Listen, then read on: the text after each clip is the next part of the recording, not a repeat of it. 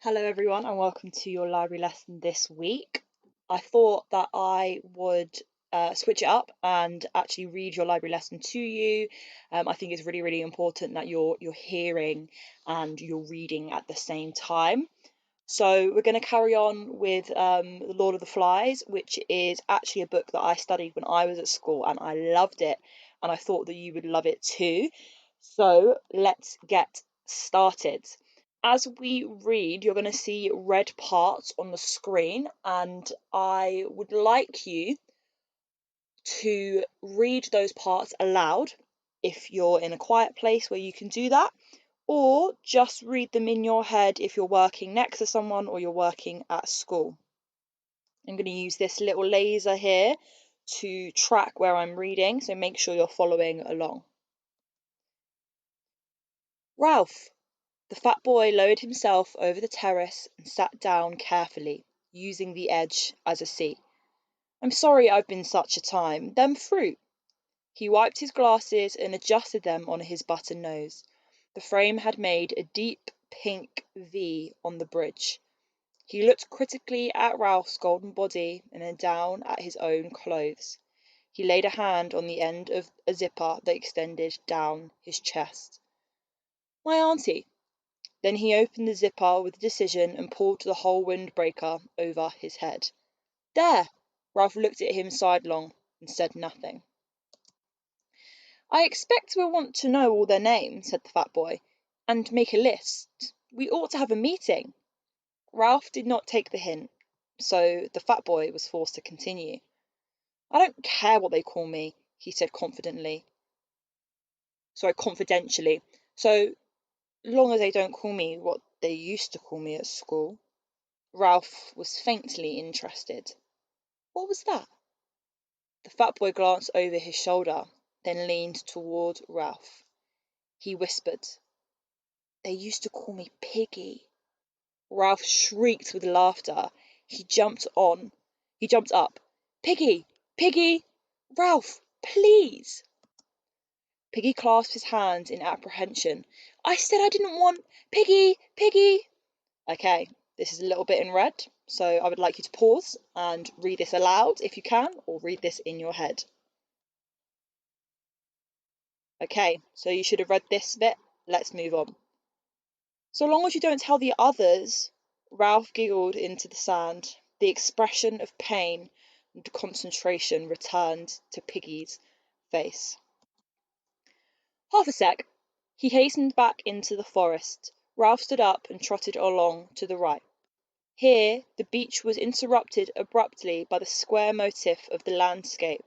A great platform of pink granite thrust up uncompromisingly through forest and terrace and sand and lagoon to make a raised jetty 4 feet high. The top of this was covered with a thin layer of soil and coarse grass and shaded with young palm trees. There was not enough soil for them to grow to any height, and when they reached perhaps 20 feet they fell and dried, forming a criss-cross pattern of trunks, very convenient to sit on. The palms that still stood made a green roof, covered on the underside with a quivering tangle of reflections from the lagoon. Ralph hauled himself onto this platform, noted the coolness and shade, shut one eye, and decided that the shadows on his body were really green. Just before we carry on, I just want to point out that this bit here is a great piece of description, and there's a lot of amazing pieces of description of the island in this book. So as we're reading, kind of take note of what the author is using to describe certain areas and take inspiration for your own creative pieces. Okay, there's a little bit of red here, so pause the video and read this before coming back. Okay, you should have read this section now. Let's move on. Beyond the flat platform, there was more enchantment. Some act of God, a typhoon perhaps, or the storm that had accompanied his own arrival, had banked sand inside the lagoon, so there was a long, deep pool in the beach with a high ledge of pink granite at the further end. Ralph had been deceived before now by the appearance of depth in a beach pool, and he approached this one preparing to be disappointed.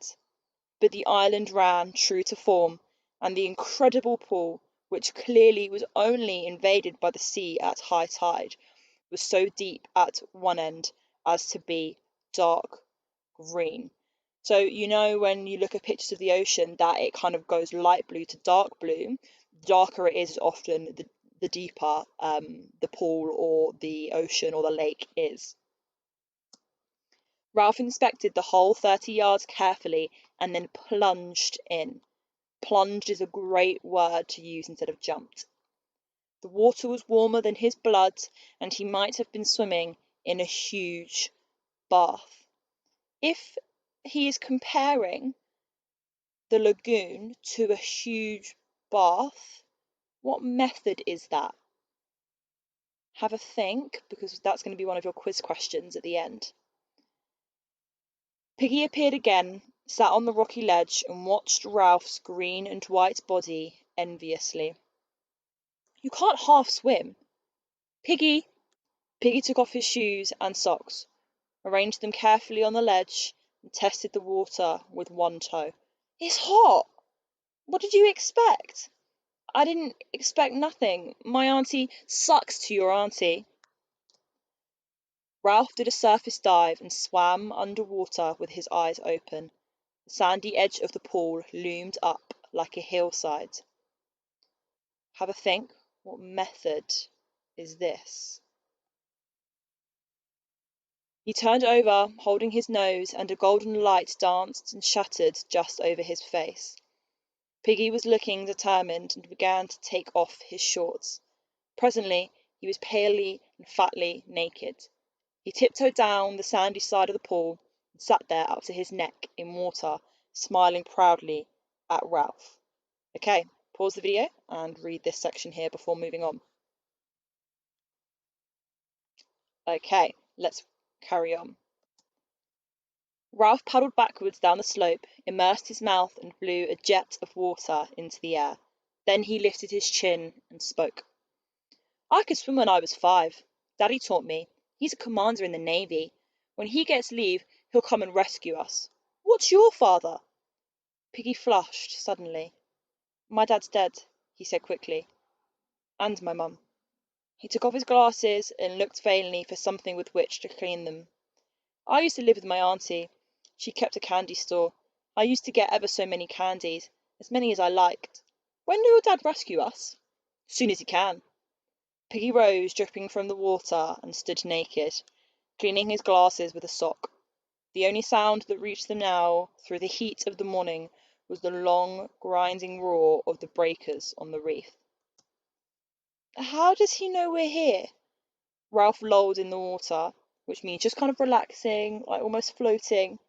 Sleep enveloped him like the swathing mirages that were wrestling with the brilliance of the lagoon.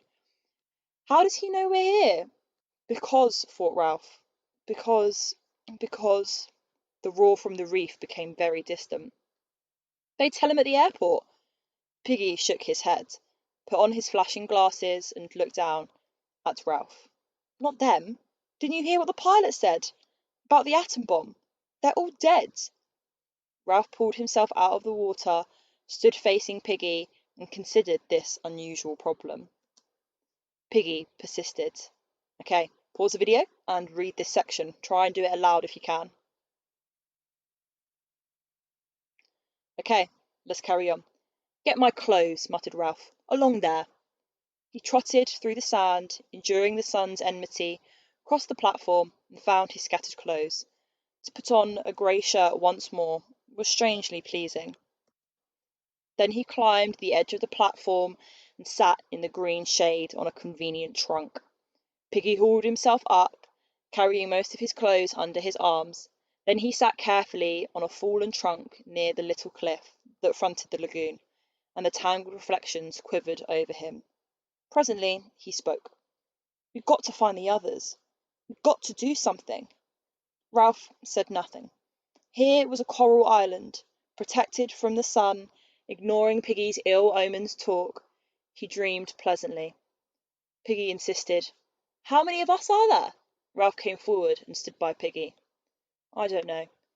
Before we carry on, I just want to point out at this point that you should be seeing a difference in how Piggy and Ralph are reacting to their situation and also behaving towards one another. And that's something that we're going to look at in our quiz.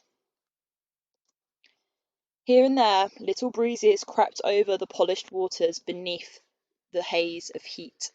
When these breezes reached the platform, the palm fronds would whisper, so that spots of blurred sunlight slid over their bodies or moved like bright winged things in the shade. Piggy looked up at Ralph. All the shadows on Ralph's face were reversed. Green above, bright below from the lagoon, a blur of sunlight was crawling across his hair. We've got to do something. Ralph looked through him. What's interesting about this word here, you could have said Ralph looked at him, but Ralph is actually looking through him. I wonder what that tells us about how Ralph treats Piggy. Here at last was the imagined but never fully realised place leaping into real life. Ralph's lips parted in a delighted smile, and Piggy, taking this smile to himself as a mark of recognition, laughed with pleasure. If it really is an island, what's that? Ralph had stopped smiling and was pointing in the lagoon. Something creamy lay among the ferny weeds. A stone? No. A shell? Suddenly, Piggy was a bubble with decorous excitement. Okay, pause the video and read this section now, please. Okay, let's carry on. Careful, you'll break it. Shut up. Ralph spoke absently. The shell was interesting and pretty and a worthy plaything, but the vivid phantoms of his daydream still interposed between him and Piggy, who in this context was an irrelevance.